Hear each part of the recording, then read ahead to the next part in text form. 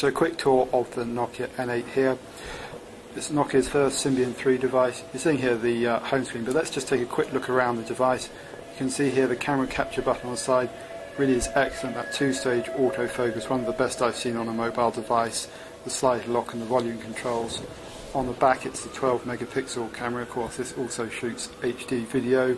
It's got twin microphones, one of which is there and the other one is down there. So that gives really ambient sound noise recording in videos, and we saw a quick demo of that earlier. Very impressive stuff indeed. Probably the best video audio soundtrack that I've seen from a mobile device ever. Then on the other side here we've got the SIM card slot and the micro SD card slot. That's up to 32 gigabytes. That's in addition to the 16 gigabytes that's inside.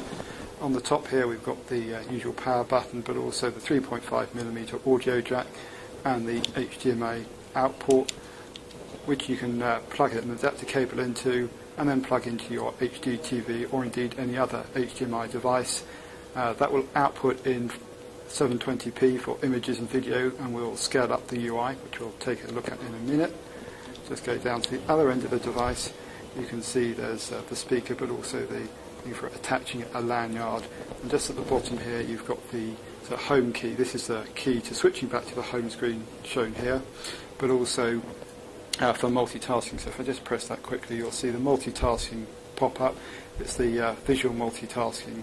Let's take a quick look at some of the applications here. You can see we're actually running 7 applications. I think that's a good indication for performance. We'll just pop into the Photos application here. You can see, scroll through images very quickly. Look at one of the flowers here. We turn that around so we get the turn it around the way. Sorry. You can see it's still a bit sluggish, but bear in mind that this has got 6 weeks to go on software, and so I'd expect significant improvements. They'll be running all kind of debugging software in the background, but one of the things that Symbian 3 introduces is multi-touch. So if I pinch to zoom there, you can see we zoom in on the flower here, move it around the screen. Bear in mind these 12 megapixel images, it's really very impressive performance. If we go back here to the thing, you can see another typical Symbian 3 usage is a long press to bring up extra action items. You can see the pop-up menu here, rather being attached to one side of the toolbar, as was the case in previous versions of Symbian. You get the extra commands here. Note also the toolbar on the right hand side here is actually thinner than on S65th edition devices. It's one of the key UI changes that makes things a lot more friendly. You'll also have noticed there's been single tapping a lot of what I've been doing. We'll just dive in and see if we can get into the Maps application here. You can see we're in Piccadilly here.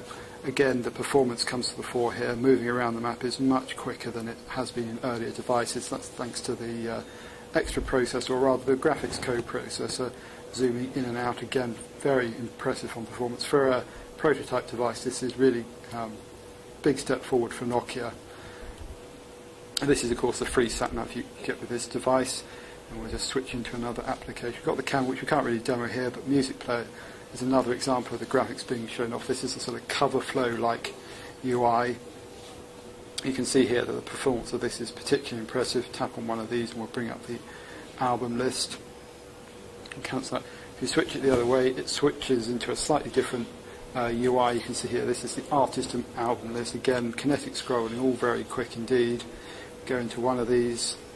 You get the track list down the bottom here, but you also get the same cover flow along the top here. Notice how, as I go through, it's bringing up an alphabetical letter to indicate where you are on list. Again, that's something else you see quite frequently in the UI on Symbian 3. The music application, so you just click on one of those, now playing. Be quite familiar, but the music application has had, as you can see, quite a significant refresh. Well, we'll just take a very quick look at the camera application. You can see not much has changed here. I'm just going to try and grab a quick shot over there. You can see very quick, and what's also very impressive, as you can see there, the shot-to-shot time, even on this prototype device, is very quick indeed. This is multiple home pages. If you want to customize this home screen, you just do a long press, goes into the edit mode, and you can add extra widgets. These are going to be shipped with quite a few on the device, but also be able to download them from the Obvi store. So let's just say the FM transmitter, that controls the FM transmitter of the device for music out. Nice little extra there.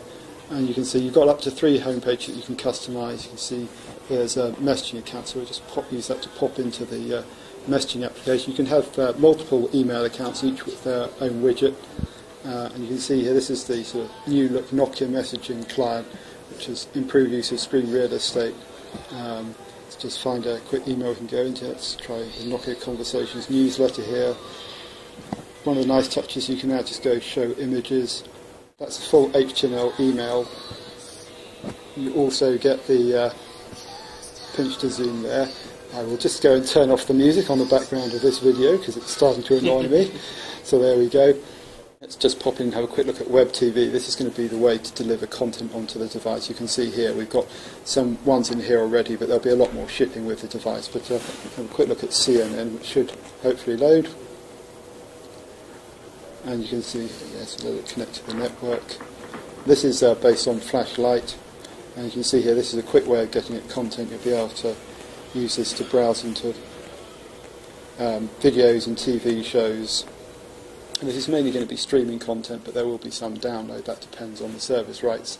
There's a lot more to come on Web TV, but that's the first look I've seen of it, and it's certainly quite compelling in terms of a way to get extra content streaming onto the device.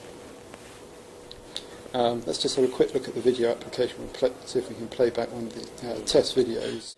Have a quick look at the Tron trailer, for example. You can see here the playback quality of the video is excellent. The camera that we're recording on really doesn't do this screen particular justice, but you can see here Tron just starting off there. Let's skip forward in the video.